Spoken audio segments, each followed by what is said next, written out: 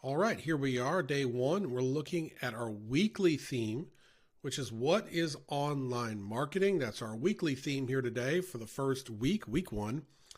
And on day one, we're looking at what is marketing? What is marketing? Because in order to understand online marketing, we have to understand what marketing is, of course, right? And so we're going to start with our faith application. This is the importance of a just wait. And this scripture came to mind when I was researching the idea of marketing, and it just immediately I thought, well, how could you relate that to scripture? And I thought of this one from Proverbs chapter 11, verse 1. A false balance is abomination to the Lord, but a just weight is his delight. A false balance is abomination to the Lord, but a just weight is his delight. So what does that mean? Very simply, in the old times, in the Bible times, you had these scales and people would buy things by weight, right? Very similar to if you go to a grocery store and you buy some produce and they may weigh it, and based upon what it weighed is what you would pay, right? You pay what it weighs. It makes perfect sense. And oftentimes in the old days, they would rig these scales, the merchants might, in their favor. And God speaks out against this throughout the Old Testament, really, about how these false weights are an abomination to him. And you cannot do that to people. You shouldn't rip people off. You shouldn't scam people or trick people. And we know that God is a just God and a righteous God. And so what we want to think about today in the faith application aspect here of marketing is to do everything honestly, to trust the Lord and ask him to help us to be servants to him, to do what he calls us to do. And certainly he calls us to live righteously. We don't want to have a false balance. Okay. We want to have a just weight. What that means is, as marketers, if we're coming up with an idea, if we're working for a company, we never want to say anything that's not true. And guess what? Marketers do it all the time. And I can think of a big company. I saw a statement they made, and I thought there's no way that that's true, but they made the statement, And so we have a lot of power when you go into marketing. We're talking about the career of marketing and what you do, but specifically, as marketers, we are paying to get a message out, and that message is being exposed to a wide audience often, and we want to make sure we're honoring the Lord in our work. And as we do that, he will bless us and help us and guide us. So that's our little faith application for today, Proverbs 11:1. Good to keep in mind, because there are great aspects of this career, and there are also shady people that do this stuff too. So you have both aspects, and I just want you to keep that in mind. And that's any career, by the way. I mean, you go to the auto mechanic, we have a great auto mechanic, born again believer. He's involved in his church and everything. He charges fair prices, but for every one of him, how many auto mechanics, mislead and misguide? And there's all too many. And that is just the sad part of any industry, in food and beverage or in technology or whatever it may be. But we trust the Lord. He's going to guide us, and we offer a just weight. We don't act deceptive, because honestly, you don't have to. If you do this right, you can do very well without it.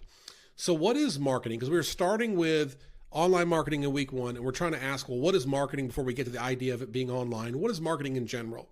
When I say marketing, what do you think of? Do you think of anything? Maybe you're like, I have no idea, or the market, or marketing very well. Well, we've got a couple of dictionary definitions here. Marketing defined, Oxford English Dictionary. This is that definition typically comes up when you Google something. The activity or business of promoting and selling products or services, including market research and advertising. And so you notice that marketing isn't just products, it's also services. You can market a service. Maybe you have a house cleaning business, and you can market that service of cleaning a home, just as you could market, say, a product like a Gatorade or a beauty product, right? Shampoo, whatever it is. You could also market a service. Marketing also gets involved in that what's called market research, because as we'll get to later on in the course, there's a lot of market research that goes into marketing. You kind of learn about who you're trying to market or reach. American Marketing Association, the AMA. This is a big association in the marketing world, I imagine. The activity set of institutions and process for creating, communicating, delivering, and exchanging offerings that have value for customers, clients, partners, and society at large. Okay, so that's a whole bunch of words to say that you're promoting something, you're communicating, right? We are in the art of communications. This would fall under a communications course, I guess, if you were to categorize it, or business communications. That's technically what it is. And so marketing at the simplest definition, if you just take it down to a very basic level, marketing is simply letting someone know about something in a way that may kind of get them to want to purchase it or take part in it. So I've heard it said that marketing is almost like selling something to someone that had no idea they wanted it and probably wouldn't have got it otherwise, right? So it's kind of like that idea of you have to sell, you have to promote, you have to put your best foot forward as to why this is something worth someone's dollar. And often in marketing, people do not want to open their wallet, open their pocketbook. Times are tough. You've heard that old saying, I'm sure, a penny saved is a penny earned. Well, that's certainly how it is today. So why would people want to take money and give it to someone if they're not compelled? Now, of course, there's things that they do that all the time with things they like to do. They want to buy something that they like or they've been planning, but you have to put it kind of on their radar. And oftentimes you have to compel them, say like, this is why you would be interested in this. And going from that comes a very familiar aspect of marketing called the 4 Ps, the 4 Ps. And I put a little brain there because this deals with thoughtfulness. This is like how we think about marketing a product or service. So the 4 Ps, first is your product. What are you marketing?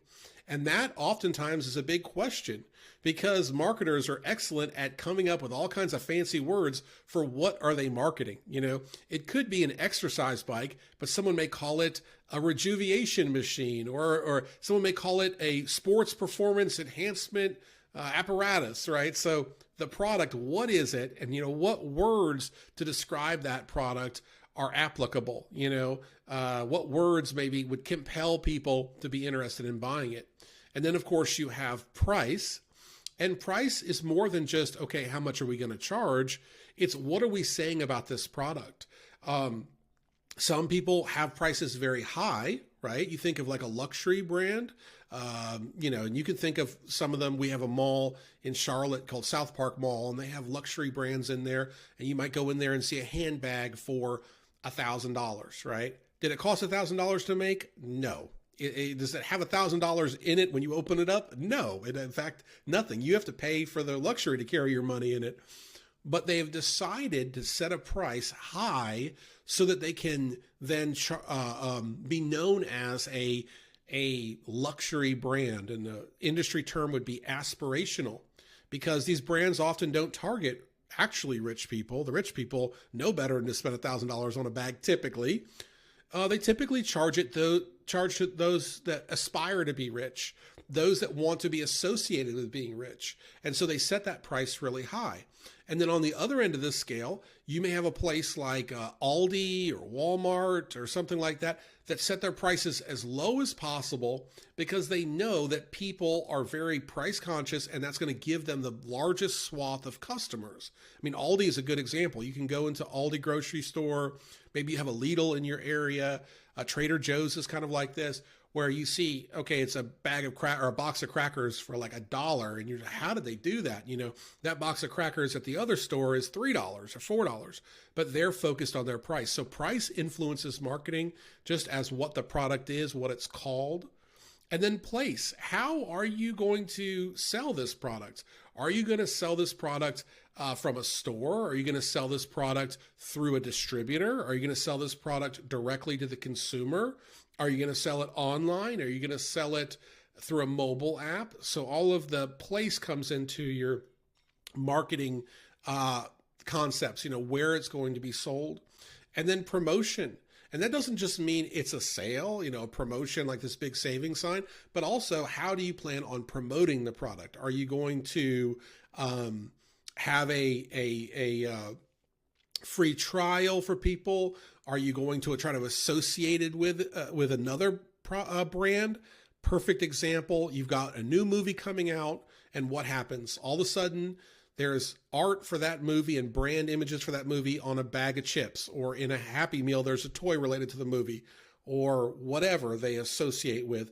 A lot of times, if you kind of do research, some of the companies intersect, right? So like ESPN and Disney, it's the same ownership. So all of a sudden, randomly, because you wouldn't think during a sports game there'd be, something about a Marvel movie or whatever it may be, but there it is, because they have these brands have a relationship and they're going to promote through the channels that they deem fit. So promotion is very important in marketing, not just how you price it or if you put it on sale, like the store is having a promotion, but how you plan on promoting it. And all of this, all four of these aspects are part of the core of what marketing is. So I've got a bottle of water here, there we go. And if I'm choosing to market this bottle of water, before I go to market it, right? And let's say you have a career in marketing, this is what you might do. You're going to look at what makes this product unique. You're going to think about it. Here, this is Le Bleu. It says ultra pure water. I think it's filtered 5,200 times, but I don't know what it is, but they have this whole story, and I won't bore you with it, but it's on the back here of the bottle. They have this whole story. They've decided this story is going to market it. It's actually made with ozone. Who knew? All of these aspects help us to understand what it is we're selling. So marketing is about thoughtfulness. Then they figure out how they're going to price it, where they're going to sell it. And like for this one, when they market it, they sell it both to the store and then also to, I think it's on the bottle. Yeah, they have a phone number on the bottle and a website where you can actually call and you can have it delivered to your house, or you can go on the web. So they've thought of the product, they've thought of the story, or what's called the brand story. They've thought of their pricing, where they want to be, maybe not as expensive as like an Avion or something, but cheaper than, or more expensive than the house brand, whatever it is. They've thought of the place, how they're going to deliver it through the grocery store, convenience mart, as well as home delivery. And they might have thought of the promotion, how they're going to get their name out of there. Maybe they might sponsor a NASCAR for a season or for a race, or they may have some other promotion that aligns with who they want to be viewed as. They've thought of all these things. And so the 4 Ps, we can see this. I'm going to bring up an example here. I'm on Bass Pro Shops here, if you can see. Here is a tumbler mug, okay? It's a Tervis tumbler camping mug. I love camping. I'm sure maybe you like camping too. There's something about homeschooling camping. I'm not going to go there, but popular thing to do. So this mug here, what is the product? It's clearly a mug, right? And we see the product here. We see the pricing, pretty reasonable. So they have a suggested retail price of $16.99, and then here it is marked down to $13.98. So we see they've kind of thought this through. Again, it's not just a mug for water, right? What we say, a mug for your tea, your coffee, whatever. No, it's a Tervis tumbler retro camping insulated mug with lid.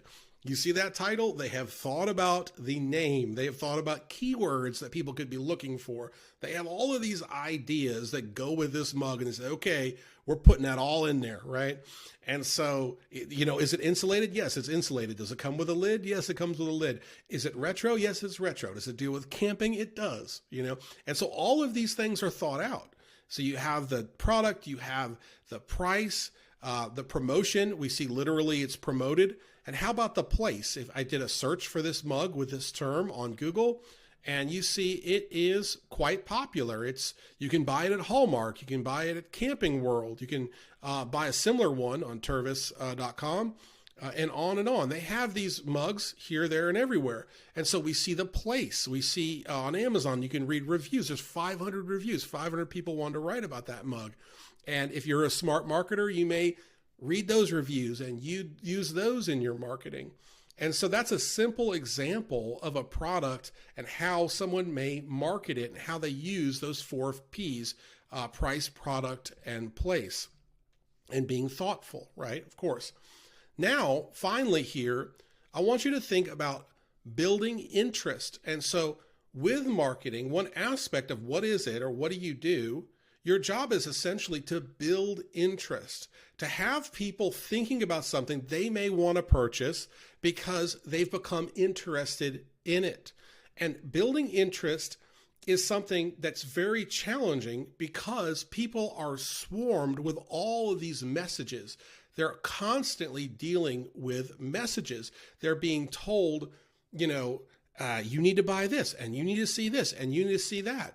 You can ask my wife. I have my phone. A lot of times I'll send myself an email just to check on something because there's all of these messages hitting me all the time that I'm afraid I'll forget because there's so many messages, right? So how do you build interest in what's called a noisy culture, or what in a time, what they call the information age? I've often referred to it as the age of distraction. We're constantly being distracted. And by the way, that's another reason why, going back to our devotional, that we need to keep God at the center of our hearts and continue to think about how he would have us to operate when we're thinking of marketing, we're thinking of reaching others, because it's tempting to build interest to maybe say something that's not completely true, or to, to do something like an event or something that would be a little bit too crazy or not really in line with how the Lord would have us to act. So we have to be mindful of that.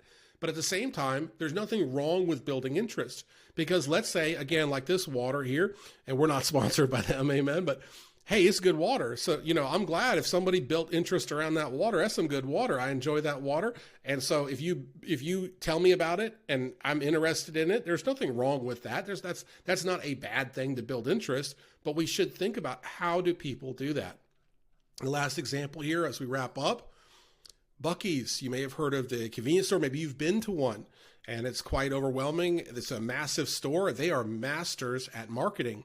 And this is a story from yesterday, and it says Beaver Nuggets, that's like a snack they have, coming soon to Virginia. And so the governor attends the Buc-ee's location groundbreaking, and they've got pictures here, and they're going to build a massive Buc-ee's. And you can see in the middle of that picture, let's see if I can zoom in here, and I don't know if it'll let me. The middle of the picture, you have not only you have the governor there, but you also over here have one of the owners of the whole company, a big company. Now, why are they there? Do they need them to shovel the dirt? No, they are there to build interest. They are there to help people understand what is coming and to start whetting the appetite of people to then go visit there and to tell their friends to visit there. They also could be marketing to make sure they get top-notch employees there. So all of this is that they did this. They didn't force ABC 13 News to write the story, but they did all of this. They did the photo shoot. They did the groundbreaking. They brought the co-owner out. They brought the mascot out. They did all of this to build interest, because they understand this principle here of building product interest and how that is really powerful when it comes to marketing. And so as we think about marketing as a whole, we look at building interest. And that is so important. They're masters at it. I believe they did the same thing in Sevierville, Pigeon Forge, when they came out there. They had a press conference and all these things. The same kind of idea. So as we think about marketing, we should think about building interest. All right, that is it for today. Can't wait to see you tomorrow.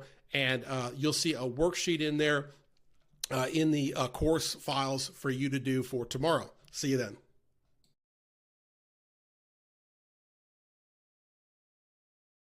Thanks for watching, and it's a special thank you. Please visit techcareerhs.com and receive a free 2-week trial of this course. Check it out.